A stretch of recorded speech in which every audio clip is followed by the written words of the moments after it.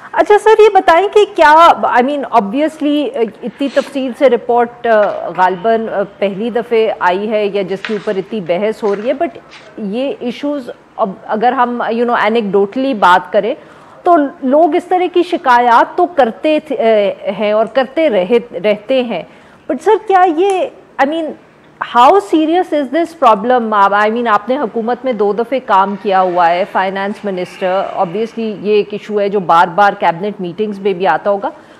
गलत बिलिंग का, अगर हम इसको सिर्फ कहें गलत बिलिंग का, ये एक इशू है। एक तरफ हम कह रहे हैं कि हम क्रैक डाउन कर रहे हैं बिकॉज हमने बिल्स इकट्ठे करने हैं, लोग बिल नहीं पे करते, दूसरी तरफ लोगों को एक्सेसिव चार्ज हो रहा है। तो ये कितना संजीदा प्रॉब्लम है? ये तो नहीं हो सकता कि ये पहली मरतबा ही हम देख रहे हो इस तरह का। नहीं, देखें, एक तो ये कि क्योंकि बिजली के निर्ख इतने ज़्यादा बढ़े हुए हैं तो वैसे ही लोगों को गुस्सा बहुत ज़्यादा है, और उस गुस्से के अंदर फिर जब आपको लगता है कि बिल में कुछ 19-20 है तो लोग कंप्लेंट करते हैं। लेकिन सच्ची बात यह है कि इतना ये बिलिंग का मसला नहीं है। मिसाल के तौर पर ये जो नेपरा ने दिखाया है कि 10 लाख ऐसे बिल थे जो 30 दिन से ज़्यादा थे, तो जुलाई और अगस्त का तो दोनों महीने मिसाल के तौर पर 31 दिन थे, तो 50 लाख तो ऐसे बिल थे जो 31 और 32 दिन के अंदर हो गए थे। और उसके बाद अगर आप 33 और 34 दिन देख लें तो आपके 85 लाख बिल तो हो जाते हैं, यानी कि 1 करोड़ और 6 लाख में से 85 लाख बिल तो 34 दिन में हो गए। अब इसके अंदर ये होता है कि महीनों में छुट्टी भी आती है। किसी दिन रमज़ान, मुहर्रम और आराम की 2 दिन की छुट्टी आ गई जुलाई के अंदर, अगस्त में 14 अगस्त की छुट्टी आ गई, तो उस दिन मीटर रीडर जो है वो छुट्टी करता है। मीटर रीडर का जो एक 28 दिन का जो रूट होता है उसमें अगर वो 2-3 दिन कम कर लेता है तो फिर वो सारे बिलों में नहीं जा सकता और कहीं कहीं 31 दिन में पहुंचता है, कहीं 32 दिन में पहुंचता है। उसका अफेक्ट ये होता है कि कहीं अगर आप 32-33 दिन में पहुंचे तो वो आदमी जो है वो 300 यूनिट ले रहा था, उसको अब 320 यूनिट पे हो जाता है, तो उस बेचारे का जो है वो बिल बहुत ज़्यादा आ जाता है।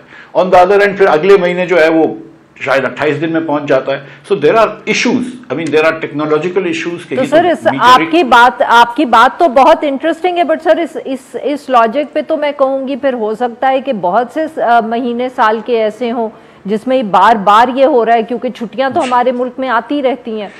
जी बिल्कुल। मैं मतलब तो फिर तो सर ये मतलब कि रमजान मुबारक का महीना, मेरे कहने का मकसद ये है, नहीं सर, मेरे कहने का मतलब ये है, तो फिर तो ये एक रिकरिंग प्रॉब्लम है। ये कभी कभी तो नहीं होता होगा, ये तो हर दूसरे महीने में हो सकता है। कभी मुहर्रम आ गया, कभी फलाने ईद की छुट्टी आ गई, फलाने ईद की छुट्टी आ गई, तो ये तो सर फिर मतलब कि छोटा मसला तो नहीं है। अभी तक इसका हल ढूंढ नहीं लेना चाहिए था। जी, गुजारिश ये है कि अगर ये जुलाई अगस्त में हुआ है तो ऐसा नहीं है कि सिर्फ जुलाई अगस्त में ही हुआ है, इसके बाद भी महीनों में हुआ होगा। पहले भी कभी ईद आ जाती है, कभी बरसात हो जाती है, कभी दीगर चीज़ें हो जाती हैं।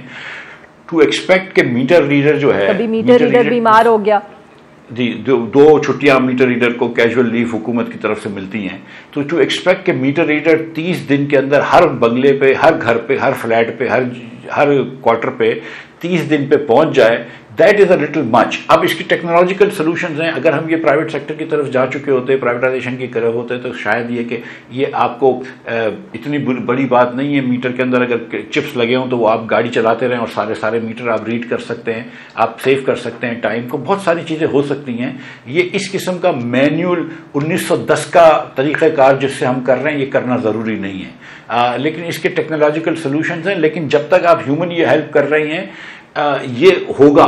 और ये भी मैं कह दूं आरफा साहिबा साथ साथ कि अगर एक महीना अगर 32-33 दिन हो जाता है तो फिर नेक्स्ट महीना प्रॉब्ली 28 दिन हो जाएगा, तो होपफुली इट इवन्स आउट। लेकिन sometimes it doesn't even out. एक और गुजारिश कर दूं कि ये जो नेपरा ने जो ये बिल्स एग्जामिन करे हैं, वो बाद में तो इन्होंने सारी चीज़ें, हर चीज़ एग्जामिन कर ली, लेकिन जो शुरू के इन्होंने जो बिल्स एग्जामिन करे हैं, जिसकी इन्होंने रिपोर्ट दी हुई है 3.4 पे, ये जैसे 300 बिल पेस्को के उठाएं और दीगर बिल, ये वही बिल थे जिसपे इनको कंप्लेंट आई थी।